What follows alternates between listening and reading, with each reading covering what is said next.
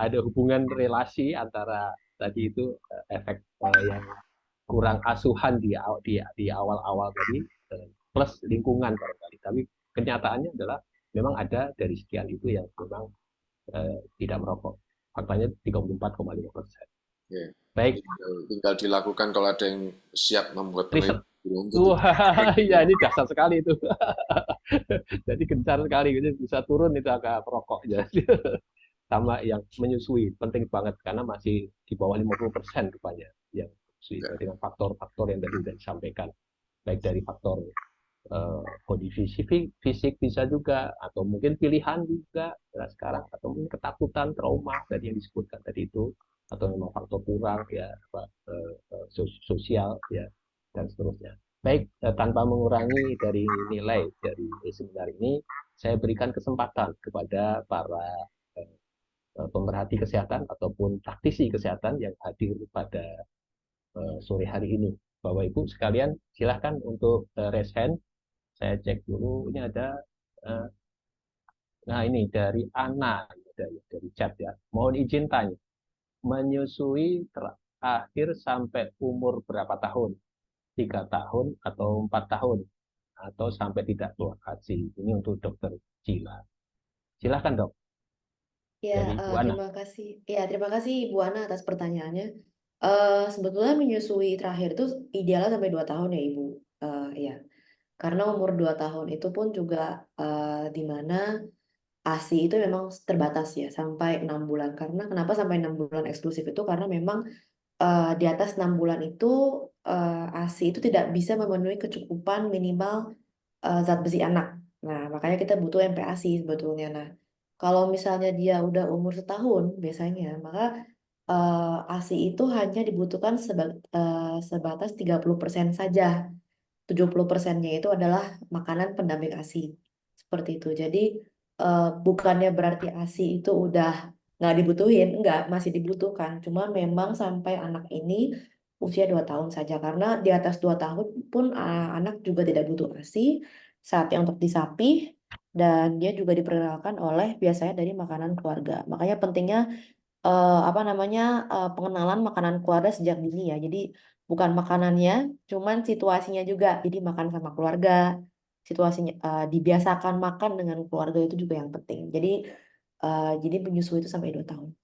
Ya, terima kasih. Baik, mudah-mudahan bisa menjawab. Bu Ana kalau kurang jelas silahkan bisa disambung dengan uh, di unmute ya. Ya,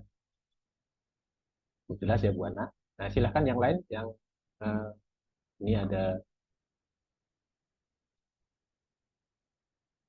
mau raise hand ataupun buka open mic, kita coba lihat. Oh nggak bisa ya, oke, udah saya unmute, silahkan. Eh, bagi yang mau bicara untuk diskusi masalah ASI karena sangat penting ini untuk eh, keberlangsungan ibu dan anak, karena kita mau rencana berapa tahun lagi ya, 40 atau 30 tahun lagi kita Indonesia kena surplus demografi. Kalau ASI tidak digalakkan memang eh, sangat rendah, terutama di tumbuh kembang di otak ya, sama dari pertumbuhan badan ataupun secara mental. Nah ini ada dari iPhone, tidak tahu namanya siapa ini. Dok, anak saya 7 bulan, BB 5,8 kilo, MP, MPASI 3 kali snack atau kudapan 2/1 kali per hari, ASI full BBF. Bagaimana cara saya harus naikin BB anak saya ya dok? Dok Cila ini. Ini pertanyaan tiap hari ditanya ya. Bu, kalau kayak gini kan jadinya mohon maaf ini kan jadinya kan konsultasi pribadi ya Ibu ya. Iya, Ibu silahkan pergi ke dokter, ya, yang apa namanya mungkin dokter yang biasa menangani kasus anak ibu ya, karena kan memang ini kan sudah 7 bulan, maka mungkin memang saran saya harus dievaluasi lagi MPASI-nya, evaluasi lagi kuantitas dan apa namanya volume MPASI ibu ya, gitu ya. Semoga baik, menjawab ya. baik. Ya, sudah bisa menjawab. Jadi silakan berkonsultasi kepada dokter terdekat karena ini masalah ini ya, pribadi. Ya, Eh, betul. kepada Bu Viola dari Riau, jauh-jauh. Selamat sore, Bu Viola. Selamat sore, Dok Cila. Apakah benar, Dok, stres itu pengaruh utama yang menyebabkan ASI seret? Nah, silakan, Dok. Ya, oke. Terima kasih Bu Viola atas pertanyaannya. Jauh banget dari Riau. Ah, well, ASI seret pasti ya. Stres itu pasti menyebabkan ASI seret. Makanya kadang-kadang baby blues itu biasanya disebabkan oleh ASINYA nggak keluar biasanya. Jadi mamahnya ini berasa atau depresi pada ibu-ibu pasca postpartum itu biasanya sangat erat sekali. Biasanya itu apa namanya? Biasanya itu terjadi karena salah satunya ASINYA nggak keluar dan dukungan yang tidak tidak adekuat tuh kepada ibu yang diberikan seperti itu. Jadi sangat berhubungan sekali Ibu Viola. Benar jawabannya. Ya, Ya. Pak Edri mungkin perlu menambahkan ya, masalah stres itu kaitannya dengan holistik Ya, terapi. Silakan, Dok. ya. Pak Jadi Edri. memang kalau salah satu tradisi kuno ya, yang mungkin orang juga udah banyak tinggalkan. Kenapa saya ngomong mungkin? Karena sebagian besar klien ya, ibu-ibu yang datang ke saya mengeluhkan hal yang sama. Kalau di bahasa Barat mereka mengatakan sebagai baby blue syndrome, lalu kemudian juga apa namanya? eh, yang menarik di dalam tradisi kuno, tradisi zaman dulu, ibu itu menempati posisi yang sangat diutamakan dan dirawat setelah melahirkan. Jadi tidak hanya sekedar setelah melahirkan ya sudah, ya, terus masuk ke dalam dunia modern. Kalau udah siap untuk apa bekerja ya bekerja gitu ya, tuntutan zaman. Tidak, istirahat penuh 40 hari, lalu kemudian mendapatkan perhatian dari keluarga. Kalau masyarakat Asia, terutama orang-orang Tionghoa, itu ibu dan mertua biasanya udah repot bawain makanan. Makanan-makanan yang sifatnya jakpo ya. Makanan cak itu makan, po itu penguat ya. Jadi makanan-makanan yang sifatnya penguat, yang penuh nutrisi, meningkatkan kalau bahasa di dalam pengobatan tradisional kita sebutnya peningkat darah. Karena memang di dalam konsep pengobatan tradisional Tionghoa, darah ganji tentu saja mengalami penurunan yang berat pada wanita setelah melahirkan dan tidak mengherankan bila wanita mengalami depresi karena kalau di dalam konsep kesehatan tradisional darah itu adalah rumah jiwa Pak Agus. Nah, sehingga apa yang hilang perlu dikembalikan dengan segera. Nah, kalau dilihat dari tinjauan psikologi ya tentu saja si ibu ini kan mendapatkan perhatian gitu loh. Jadi perhatian lingkungan tidak hanya tertuju pada bayi, tapi juga kepada si ibu. Jadi si ibu juga merasa mendapatkan perhatian dari orang tua, mertua, dan juga suami. Saya kira demikian Pak Agus. Terima kasih. Pak Agus masih mute ya Pak Agus? Baik, terima kasih, Pak Edri. Nah, ini ada lagi dari Monkey King Lim. Pak Edri, tolong titik akupuntur manakah untuk mengaktifkan dan menyuburkan ASI? Terima kasih. Ya, kalau titik-titik akupuntur yang sifatnya adalah simptomatis, itu tentu saja di daerah yang tadi sudah saya sebutkan ya. Di daerah dekat-dekat areola itu memang ada titik-titik akupuntur yang sering dipakai untuk pijatan-pijatan akupresur. Jadi saya juga perhatikan teman-teman di AIMI, ya, Asosiasi Ibu Menyusui Indonesia itu juga sudah mempraktekkan. Ada beberapa titik akupresur yang diajarkan dirangsang, dipijit, itu sudah saya lihat bolehlah itu dilakukan. Hanya saja kalau dalam kondisi yang memang apa ya namanya, udah dikategorikan perlu konsultasi lebih lanjut, tentu saja perlu diperiksa nadinya terlebih dahulu. Ya, tidak sederhana seperti itu. Contoh misalkan salah satunya bila si ibu ini mengalami stres, Pak Agus. Nah, stres ini seringkali mengganggu meridian hati. Kalau di dalam bahasa kesehatan tradisional kita sebutnya stagnasi chi hati. Nah, kalau stagnasi chi hati, ya tentu saja ada masalah yang lebih dasar, sehingga titik-titik akupresur yang sifatnya simptomatis itu tidak akan cukup, Pak Agus. Nah, misalnya, kenapa kok stagnasi chi hati? Rasionalnya bagaimana? Karena meridian hati itu adalah meridian yang khusus dan memang seringkali berhubungan dengan masalah kewanitaan. Karena meridian ini mengalir di bawah payudara, berhubungan langsung ke paru-paru, meridiannya. Nah, jadi pada saat dia mengalami stagnasi di sana dikaitkan dengan masalah stres, terutama rasa marah atau kecewa, maka selain tinjauan psikoterapi, maka tinjauan secara akupuntur perlu diberikan dan tidak melulu harus di daerah sekitar dada. Stagnasi hati itu juga bisa dibantu dengan titik-titik akupuntur dari jarak jauh. Jadi sangat relatif untuk menjawab pertanyaan tadi Pak Agus. Jadi Baik, tetap harus dikonsultasikan lebih baik. Terima baik. kasih. Ya, baik. Ini juga nyambung juga. Apakah akupuntur bisa membantu memperlancar keluarnya ASI? Ya, sedikit ini dari Bu Sita. Nah, ada penjelasan tambahan atau Ya, ada riset-riset yang mengenai ini sudah ada. Namun yang bisa saya sampaikan kalau dari pengalaman klinis memang bisa membantu. Jadi pada kasus-kasus yang eh, di mana terjadi kesulitan dengan ASI memang bisa dibantu dengan akupuntur. Tapi seperti yang tadi saya sampaikan, Bapak Ibu, jadi tetap saya anjurkan untuk Anda berkonsultasi terlebih dahulu dengan tenaga kesehatan yang melakukan akupuntur dan juga tenaga kesehatan tradisional memang mempunyai lisensi untuk memberikan akupuntur terlebih dahulu karena ada pemeriksaan lebih lanjut. Jadi akupuntur dan akupresur itu eh, tidak seperti begini loh Pak Agus. Kalau pusing titiknya pencet di mana, nah gitu loh Pak ya, Agus. Tidak sesederhana seperti itu. Apakah itu ada? Memang ada. Tapi kalau kasus-kasus yang lebih lanjut, saya kira akan lebih bijak bila dikonsultasikan terlebih dahulu. pada linya ya, karena holistik sifatnya ya menyeluruh ya, Ya, tidak ya bisa betul satu sekali. part per part ya, perlu holistik ya Ya, pengobatan. Baik, terima kasih Pak Edwin. Eh, ini dari Bu Rizka tutup silang sama ya, ya izin bertanya dok, makanan salah satu faktor yang mempengaruhi kualitas ASI.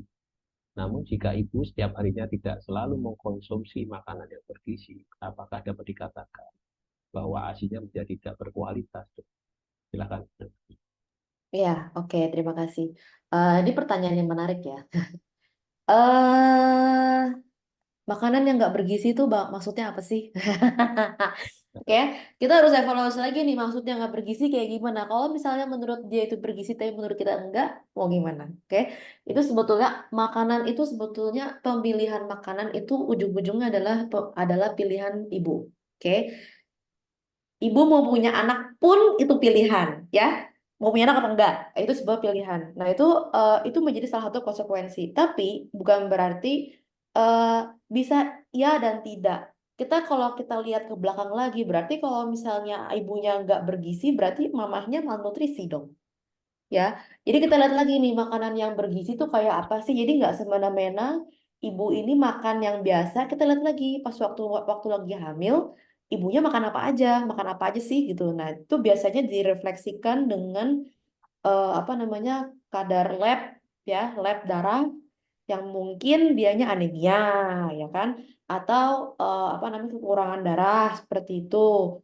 Atau mamahnya ini punya riwayat apa namanya penyakit misalnya kencing manis seperti itu. Jadi banyak sekali suatu faktor ya.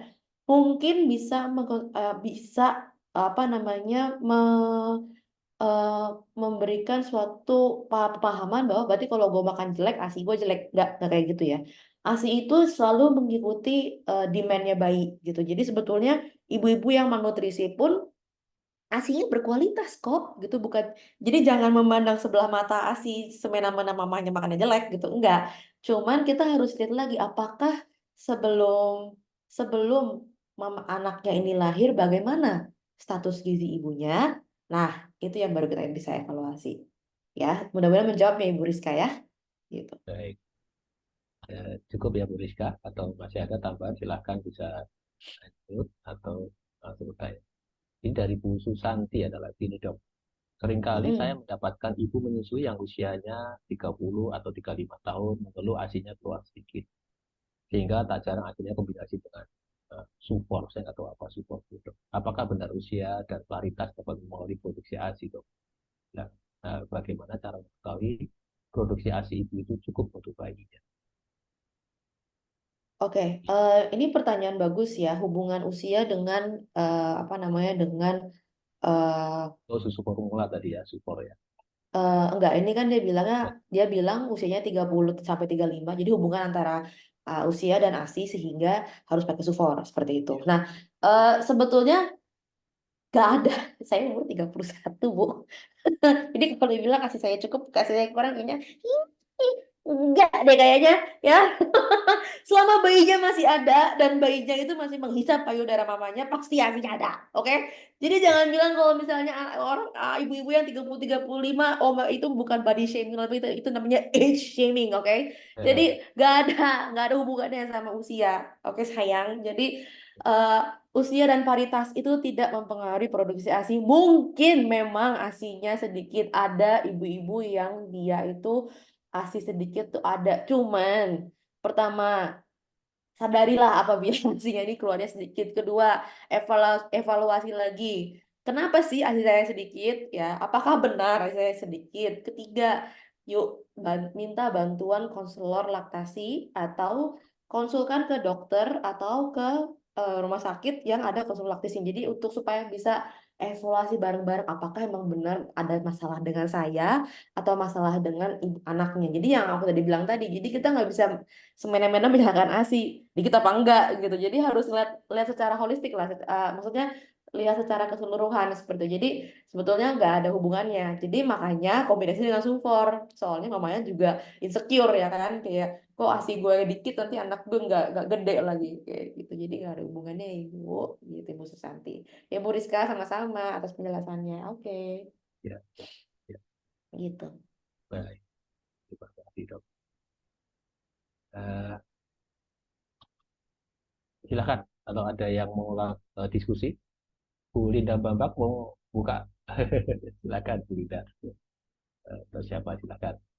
Eh, saya mau bertanya nih, dok atau Pak Edri ya.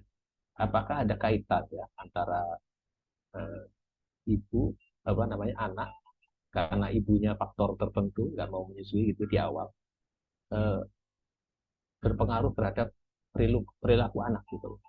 Misalkan anaknya bisa lambat tumbuh kembang atau dia mengalami perilaku sangat agresif atau apa, apakah ada pengaruh seperti itu? Karena saya punya cucu seperti itu di awal, dibanding cucu yang kedua dia kayak ASI di awal, itu cenderung beda perilaku gitu. Silakan. Jadi intinya mau nanya kalau bahwa apakah ASI itu mempengaruhi dengan perilaku anaknya gitu ya, Pak? Iya betul. Yes, itu benar banget. Jadi sebetulnya ASI itu bukan sekedar memberi makan yang tadi ayah saya bilang, cuman apa namanya, ASI itu kan juga ada bonding. Jadi pertama kali cahaya yang dilihat dari anak itu adalah mata mamahnya pertama kali dia lahir. Jadi memang inisiasi menyusui dini atau ASI eksklusif itu meningkatkan survival rate 90% hingga 90% signifikansinya. Itu ada statistiknya. Jadi sudah dibuktikan bahwa anak ASI itu memang bukannya dia semena-mena kayak iya lebih kuat aja daripada anak yang lain gitu. Kalau misalnya temennya batuk pilek, anaknya enggak. Cuman as an individual, yes, dia bisa lebih apa namanya, untuk perkembangan secara luhurnya kan, kalau anak dibagi dua ya, pertumbuhan dan perkembangan. Pertumbuhan tuh yang kita bisa lihat berat badan dan panjang badan, tinggi badan. Perkembangan itu lebih kompleks. Maka ASI itu sebetulnya lebih daripada kg, kilogram dan sentimeter, tapi dia juga melebihi, melampaui itu. Jadi bisa mempengaruhi seperti itu. Mungkin bisa dijelaskan lebih apa Chinese lebih dari Chinese medicine-nya dari Pak Henry coba. Ya, silakan Pak menambahkan. Ya, saya sangat setuju itu Pak Agus. Jadi memang eh, pada saat, ya sebelumnya saya mau sampaikan ya, kalau saya cerita ini itu saya jadi merasakan memang kalau ada yang zaman dulu mengatakan di bangku-bangku sekolah wanita adalah tulang punggung soko guru negara, saya sangat setuju sekali, saya sangat setuju. Tapi ya yang apes saya lihat di kebiasaan masyarakat kita itu kalau sudah urusan di meja makan, makanan-makanan protein tinggi dilempar ke yang laki-laki semua gitu. Itu yang kadang saya berpikir, yes, maaf nih pikiran saya agak random dikit, cuman ada hubungannya gitu. Jadi pada saat apa namanya proses dari hamil, lalu kemudian proses menyusui di kemudian hari, maka wanita itu mendapatkan porsi yang memang seharusnya dipupuk sejak dia remaja, dari awal dipupuk dari remaja. Karena apa yang diberikan oleh seorang ibu setelah dia melahirkan, ya, memberikan ASI, menyusui kepada bayinya, itu bukan hanya sekedar memberi makan, tetapi pendidikan lanjutan.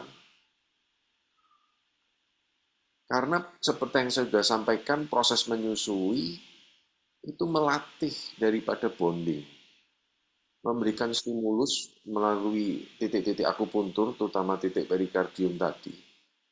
Lalu kemudian anak melakukan kontak mata.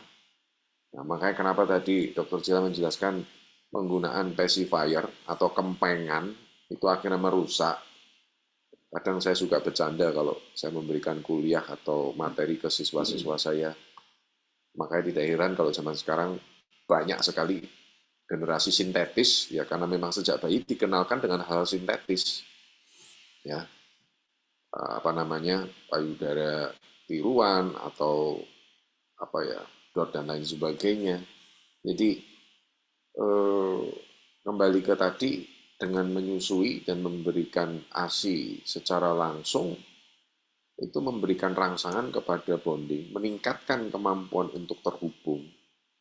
Dan kemampuan bonding itu tidak hanya bicara tentang, oh saya mampu terhubung dengan orang lain, saya mampu terhubung dengan benda, ya, benda, kepemilikan, ini milik saya, benda saya, dan sebagainya.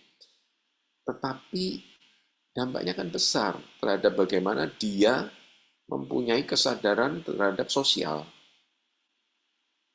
Karena bonding itu berhubungan dengan bagaimana saya terhubung dengan lingkungan keluarga saya, lalu kemudian kelompok saya merasa dimiliki oleh kelompok saya, dan saya memiliki kelompok saya.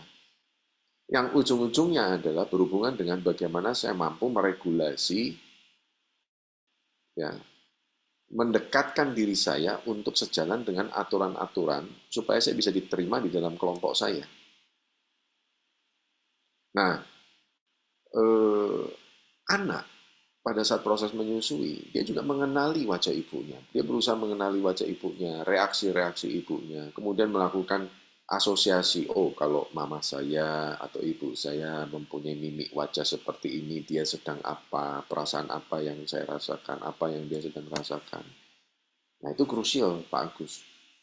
Jadi tidak mengherankan kalau memang pada anak-anak yang melalui proses menyusui eksklusif dengan baik, perkembangan dari bonding, lalu kemudian keteraturan emosi dan kontrol perilakunya juga lebih baik bila dibandingkan dengan anak-anak yang tidak melalui proses menyusui. Baik, terima kasih Pak Hendrik dan Dok Gila atas penjelasannya. Ya, tinggal nanti yang mau blend lingkungan ya, orang tuanya terutama pelatihan-pelatihan terus-menerus ya, supaya dia bisa menyadari dia tuh jadi sama-sama jadi manusia full. Baik, ini ada lagi di chat Pak Andi M ya, izin bertanya dok, bagaimana mengatasi bayi yang sepertinya gusinya gatal dan si bayi tidak fokus untuk menyusu, menghisap sebentar lalu dilepas dan menyetang. Setelah itu nangis kecer-kecer ya, dan setelah ditimang-timang baru tidur. Tapi kita sebagai orang tua khawatir dia menyusui tidak optimal, tapi terpaksa tidur karena ditimang-timang. Mohon penjelasan dok. Oke. Gusi gatal itu, hmm, Oke, saya skip ya dengan gusi gatal ya, karena kalau gusi gatal jujur saya kurang bisa paham nih. Tapi yang saya lihat dari pertanyaan ini adalah distraksi pada waktu menyusui. Ya kita evaluasi gimana ya, apakah apakah menyusui pada saat bayinya sudah terlanjur lapar atau tidak. Jadi sebetulnya bayi yang terlanjur lapar itu biasanya dia kalau dikasih payudara tuh dia ngamuk gitu. Jadi kayak dikasih payudara udah keburu lapar, jadi udah ngamuk duluan. Jadi kita harus mengenal yang namanya feeding cues gitu. Jadi feeding cues itu adalah memberikan makan ASI itu pada waktu dia lagi lapar tapi belum ngamuk lapar seperti itu. Nah, jadi mengenyot tangan tuh salah satu dia mengenyot tangan itu adalah kayak refleks untuk dia di mana dia tuh menenangkan diri sepertinya. Jadi dia butuh sesuatu yang menenangkan. Nah, berarti orang tuanya punya PR untuk mengevaluasi kenapa nih anak gue jadi rewel gitu ya. Jadi kita harus tahu kenapa sih dia nangis, karena nangis tuh nggak semena-mena dia lapar gitu loh. Mungkin dia overstimulasi, mungkin dia pindah lagi di ruangan yang nggak biasa eh, dia tidur, atau lagi pindah rumah, kita nggak pernah tahu. Jadi semoga orang tua bisa tahu ada apa sih sama anak ini, tiba-tiba selama ini bisa kayak begini gitu. Jadi kalau misalnya evaluasi dan tidak kunjung em, dapat clue-nya, boleh toh bisa bisa minta bantuan ke konselor laktasi gitu ya, gitu. Baik, terus jawab tadi. Ya, baik. Ini kaitannya dengan herbal Cina ini yang cocok Pak Henry.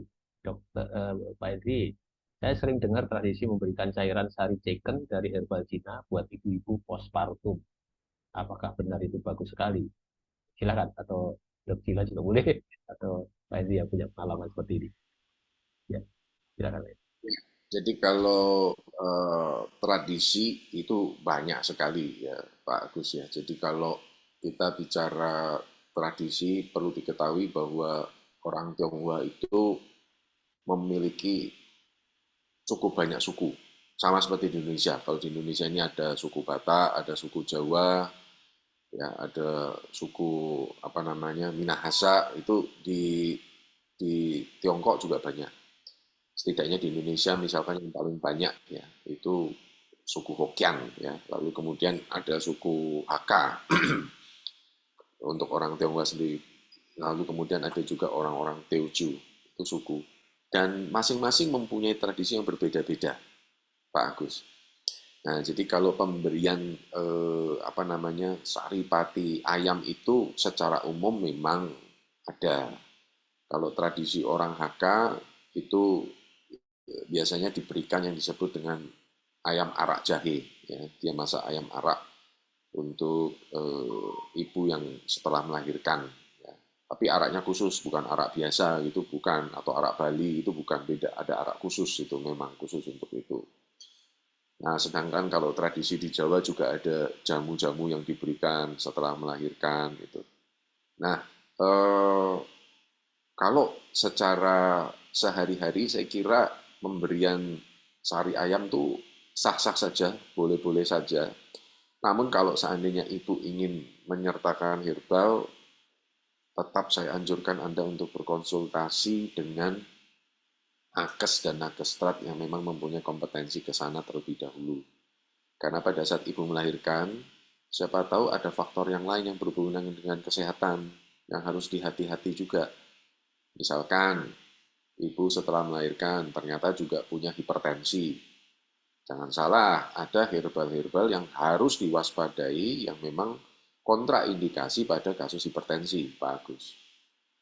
Nah, misalkan juga ada herbal yang sifatnya melancarkan darah, lalu kemudian apa namanya, sementara si ibu ini masih dalam proses pendarahan yang hebat, ya tentu saja dilarang.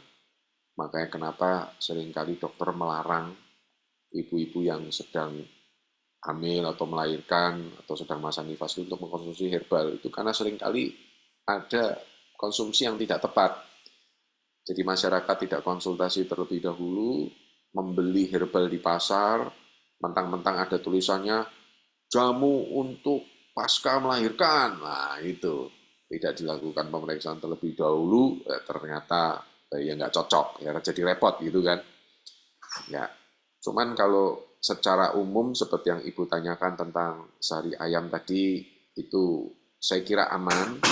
Nah, tapi ya sekali lagi eh, dicek dulu cara bikinnya bagaimana, konsultasikan terlebih dahulu, jangan sampai nanti salah bikin.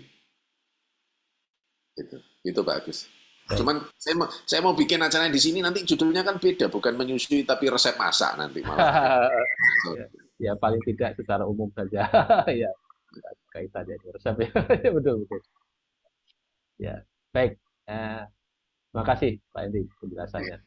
Di khusus itu edisi khusus resep Chinese Nanti medicine. kapan-kapan bisa, boleh, boleh. Ya, baik. Eh, ini dari Pak Andi DP ya, Dok Cila. Ya. Izin bertanya dok terkait supor. Bayi saya saat baru lahir langsung diresepkan supor saat di NICU.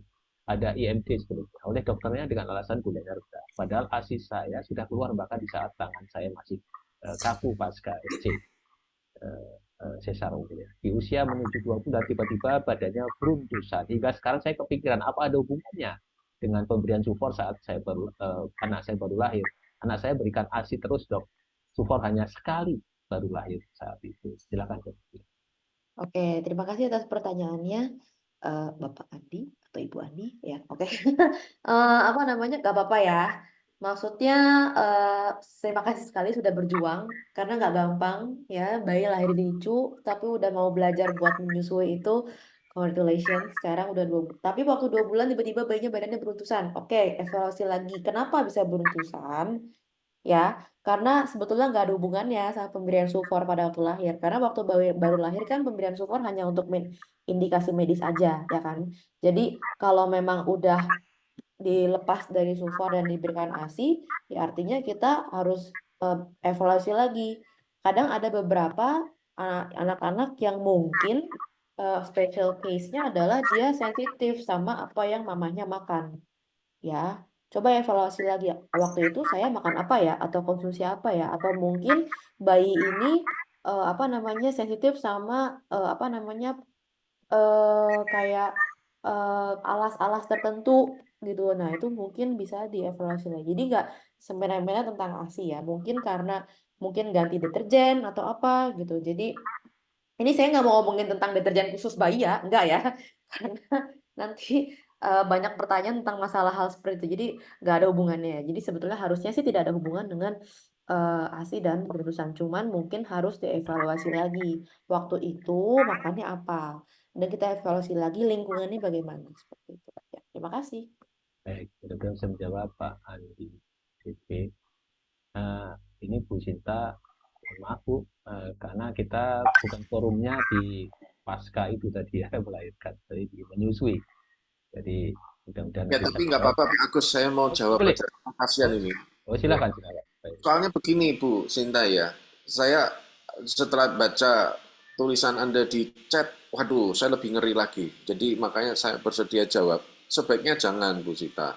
Karena apa? Kalaupun Ibu ingin membeli, mengkonsumsi, nomor satu, cek apakah sudah ada tanda persetujuan dari BPOM atau belum. Kalau tidak ada persetujuan BPOM, saya sangat tidak anjurkan. Ada persetujuan BPOM aja, tolong Ibu cek di aplikasi BPOM, apakah terdaftar atau tidak ya. Takutnya ntar ada tulisan persetujuan BPOM, tapi ternyata tempelan doang ya Pak Agus ya, kan horor gitu ya. Eh, Makanya hati-hati, jangan deh. Makanya saya mau jawab, karena memang ya, jangan sampai nanti Anda kejeblos.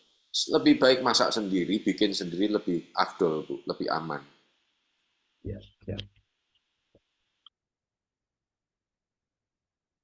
Baik, gitu ya Bu Sinta. Mohon maaf kalau tidak seluruhnya, karena ini kita kaitannya dengan menyusui sebenarnya. Ya. Baik, ada lagi. Kita masih ada waktu eh, 15 menitan lagi ya. Maria, terima kasih. Ya, masih ada waktu 15 menit sebenarnya. Kalau ada silahkan dibuka open mic kita diskusi ya atau chatting silahkan kita akhiri. Oh, ini ada raise hand nih. Dr. Sugeng raise hand. Oke. Silakan, Dr. Sugeng. Sudah dibuka. Sudah dibuka. Ya, silakan, Dr. Sugeng. Ya, selamat sore. Saya mau tanya kepada Dr. Sisilia. Dr. Saya Sila. ada saya ada pasien, ya, posisinya itu baru lahir, tapi dia kena CA15-3. Apakah boleh anak itu menyusui? Itu aja pertanyaan saya. Terima kasih. Ya, silakan, Ya, Dr. Sila. terima kasih Bapak Dokter. Ini pertanyaan sangat medis sekali. Sebetulnya apabila pasien ini terdiagnosis, ini sangat-sangat medis ya sebetulnya.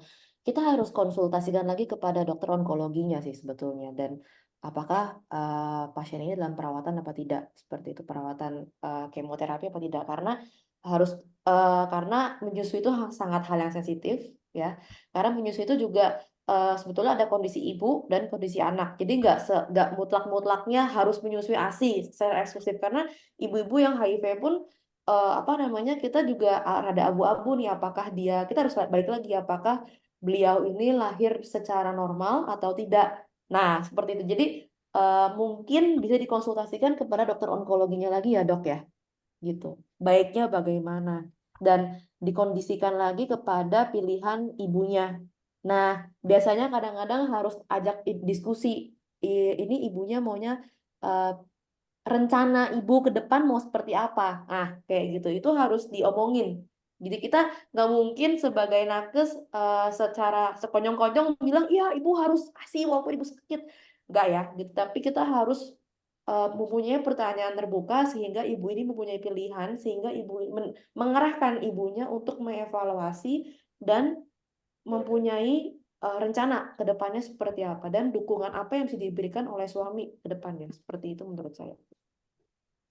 Ya, Terima kasih, dokter. Terima kasih, dokter. terima kasih. Sila dan Dr. Sugeng. Satu kali lagi penanya kalau masih ada untuk chatting. Kita bersyukuri di tengah-tengah kita sudah hadir Pak Ilman. Selamat sore, Pak Ilman. Ya, ada Sore, ya, Pak. ya, ya. Baik, karena sudah tidak ada, ini kalau konklusi saya pakai pantun lagi boleh nggak? Saya pakai pantun aja konklusinya. Kalau untuk saya konklusi di kesimpulan di waktu di QA. Bunga mawar di taman mekar, harum semerbak siang dan malam. ASI penting bagi anak dan ibu tercinta. Sehat kuat tubuh dengan selamat. Baik, Cakep, selanjutnya Bapak Agus. selanjutnya kita di penghujung acara akan diberikan sertifikat oleh Bapak Hilman. Kalau Pak Agus nggak keberatan, saya juga akan membalas pantun Bapak. Wah, boleh silakan. Oh, keren. Ya, Memberi kasih dengan menyusui. Terima Cakep. kasih Pak Agus sudah memoderasi. Mantap. cakep. Keren. Keren. Baik, terima kasih kedua narasumber. Baik, ini kami persilahkan kepada Bapak Ilman Rama Pratama, Insinyur SUD CHT, untuk memberikan penyerahan sertifikat kepada kedua pembicara, sekaligus nanti closing statement kepada Bapak Ilman. Saya persilahkan. Silakan Pak Ilman. Terima kasih Pak Agus. Ya. Ya, selamat sore sahabat-sahabat semua, peserta ISMENA PIKTI. Hari ini kita mendapat tambahan pengetahuan lagi dari dua orang pakar yang luar biasa, ya, dari Dr. Mariel dan juga Pak Henry, sahabat saya juga. Dan ini juga tentunya tidak lepas dari moderator yang luar biasa dari Dr. Agus. Ya. Hari ini saya mewakili PIKTI dan seluruh peserta seminar PIKTI seri ke-201 mengucapkan banyak terima kasih dan penghargaan yang sebesar-besarnya kepada kedua narasumber moderator, dan seluruh panitia Pikti. Sebagai apresiasi dan ungkapan rasa terima kasih sebesar-besarnya, maka saya mewakili Pikti menyampaikan sertifikat penghargaan Pikti kepada narasumber pertama, Dr. Maria Asilia Domini, BSc. Mohon diterima, Dok. Baik, terima kasih. Ya, terima kasih, Dok.